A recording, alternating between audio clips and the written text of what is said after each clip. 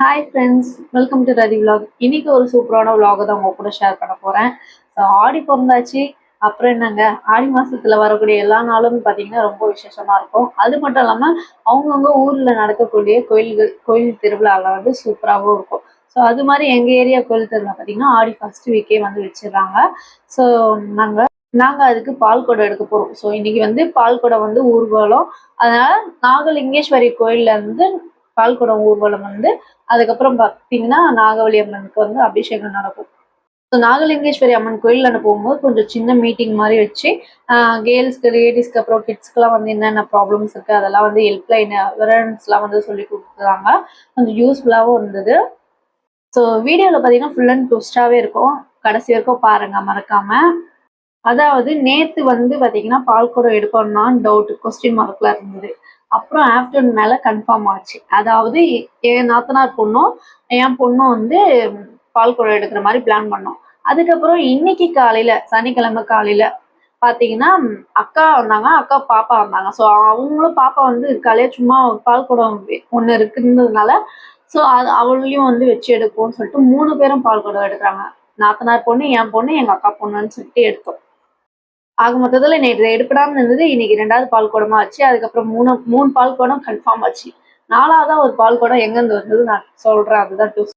So இன்னைக்கு பார்த்தீங்கன்னா அப்படியே நாங்கள் வெயிட் பண்ணிட்டு இருந்தோம். அதுக்கப்புறம் அந்த சாமி மம்மையெல்லாம் அடிச்சு சாமியை வச்சு அதுக்கப்புறம் அழகு கொடுத்துருவாங்க, டீ சட்டி எடுப்பாங்க.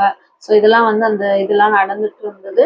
அதுக்கப்புறம் நம்ம இந்த இதுலலாம் பார்த்தீங்கன்னா போன வருஷம் ஓடிட்டோம். ஸோ இந்த டைம் வந்து பசங்களை பார்த்துக்கணும். என் மாமியார் நாத்தனார் அங்கே போயிட்டு இருந்தாங்களா, அதனால பசங்களை பார்த்துட்டு இங்கே இருந்தோம். அதுக்கப்புறம் அழகு குத்திட்டு டீ சட்டி எடுக்கிறவங்களும் எடுத்துட்டு, பால் குடம் எடுக்கிறவங்களும் கோயிலுக்குள்ளே போயிட்டு எடுத்துட்டு வந்தாங்க. ஸோ ரொம்ப அழகா இருக்காங்க பார்க்கவே பசங்க ஒன் பை ஒன்னா. இதுல இன்னொரு டெஸ்ட் என்னன்னா, பாப்பா வந்து பாத்தீங்கன்னா அவ அக்கா பொண்ணு வந்து எடுக்க மாட்டேன் அப்படின்ட்டா. ஸோ அதனால அதை வந்து எங்க நாத்தனார் எடுத்துட்டாங்க.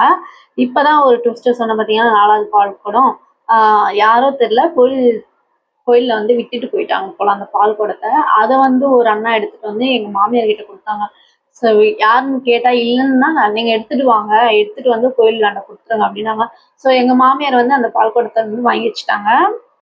ஒரு கட்டத்துல பாத்தீங்கன்னா பாப்பா வந்து அவங்க கிட்ட போகணும்னு சொல்லிட்டு அடம்பிடிச்சுனா, அதனால அந்த பால் குடத்தை என் தலைக்கு வந்து ஏறிடுச்சு. அதுக்கப்புறம் நானு, எங்க நாத்தனார் பொண்ணு, என் பொண்ணு அப்படின்னு சொல்லிட்டு 4 பேருமே பால் குடம் எடுத்துட்டு வந்தோம். நேற்று வரைக்குமே பால் குடம் எடுப்பேன் நான்னா கொஸ்டின் மார்க்ல இருந்து. இன்னைக்கு பாத்தீங்கன்னா நாங்கள் 4 பேருமே எடுத்தோம். இது ஒரு டெஸ்ட். இன்னொரு டெஸ்ட் இதுக்கப்புறம் பார்த்தீங்கன்னா வீடியோ வந்து வராது.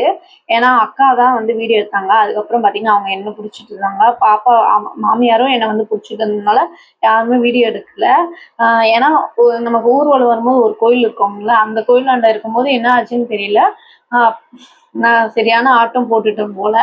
அதுலேருந்து எங்கள் அக்கா வந்து என்னை பிடிச்சிட்டே இருந்தா. வீடியோலாம் வந்து இதுக்கப்புறம் எடுக்கவே இல்லை. நாங்கள் என்ன பண்ணேன் எனக்கே தெரியல. வீட்டுக்கு வந்து பார்த்தோன்னே தான் முட்டியெல்லாம் தேய்ச்சிக்கிட்டு இருக்கேன். அந்த அளவுக்கு ஆட்டம் போட்டுட்டு இருக்கேன் போல நானு. ஸோ அதுக்கப்புறம் பார்த்தீங்கன்னா எழுந்தோடனே ஆட்டோவில் உட்கார வச்சு கொஞ்சம் தண்ணிலாம் கொடுத்து விபூதிலாம் வச்சாங்க. ஃபர்ஸ்ட் டைம் எக்ஸ்பீரியன்ஸ் பண்ணியிருக்கேன்.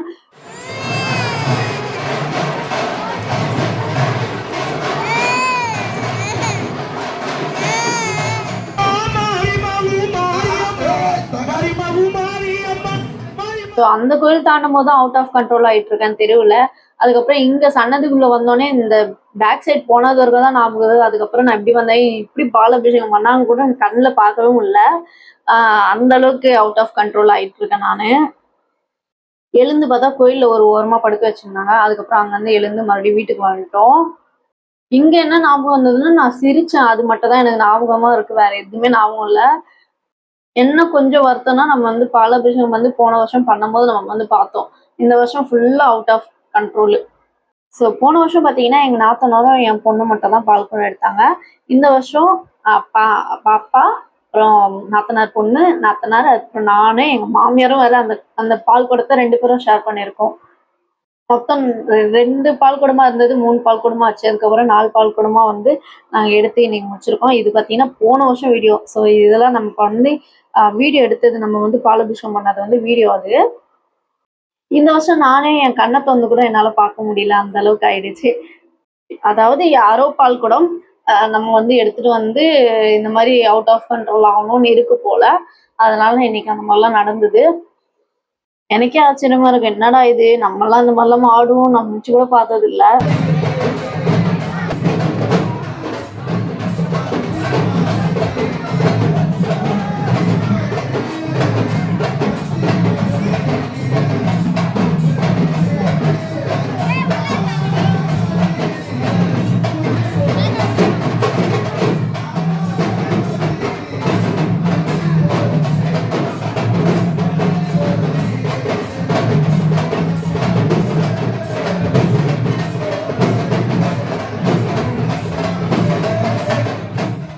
போன வருஷமும் பார்த்தீங்கன்னா, கொஞ்சம் லேட் ஆன மாரி இருந்தது. இந்த வருஷம் எப்படி போச்சு, என்ன போச்சுன்னே தெரியல. கடகடன்னு போயிடுச்சு. அவ்வளோதான். ஸோ ஆஃப்டர்நூன் கோயில்லேருந்து வீட்டுக்கு வந்தோம். அதுக்கப்புறம் ஈவினிங் வந்து கரகம் பார்த்துட்டு, நம்ம ரிட்டர்ன் நம்ம வீட்டுக்கு வந்துட்டோம். சரியான எனக்கே ட்விஸ்ட் மேல ட்விஸ்ட் இருந்தது. அதுக்கப்புறம் இந்த மாரிலாம் அவுட் ஆஃப் கண்ட்ரோல் ஆனதெல்லாம் வேற லெவல்ல இருந்தது. So full and full positive vibe, good வைபோட வந்து இன்னைக்கு டேவே வந்து ஃபினிஷ்ட் ஆச்சு. ஸோ இந்த வீடியோ வந்து இதோட முடிச்சுக்கிறேன். இந்த வீடியோ பிடிச்சிருந்தா லைக் பண்ணுங்க, மறக்காம ரதி விலாக்ஸை சப்ஸ்கிரைப் பண்ணி வச்சுக்கோங்க. தேங்க்ஸ் ஃபார் வாட்சிங். நெக்ஸ்ட் வீடியோல பார்க்கலாம்.